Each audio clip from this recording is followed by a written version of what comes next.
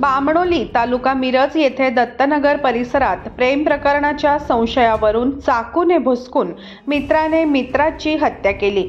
ओम श्रीधर देसाई वय वर्ष 18 राहणार दत्तनगर बामणोली आणि मूळ राहणारा अलकुड असे मृताचे नाव आहे। काल रात्री 10:30च्या सुमारास ही घटना घडली।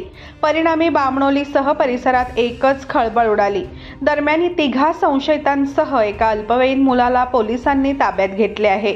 ओंकार निलेश जावीर वय वर्ष 20, सोहम शहाजी पाटील वय वर्ष 19 आणि रोहित बाळासाहेब केंगार वय वर्ष 19 सर्वजण राहणार दत्तनगर बामणोली तालुका मिरज अशी यांची नावे आहेत।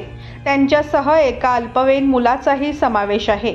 मृत ओमचा भाऊ आदेश देसाई याने फिर्याद दिली आहे की पोलिसांनी दिलेली माहिती हल्लेखोर व ओम देसाई सर्वजण दत्तनगर बामणोली येथील रहिवासी आहेत।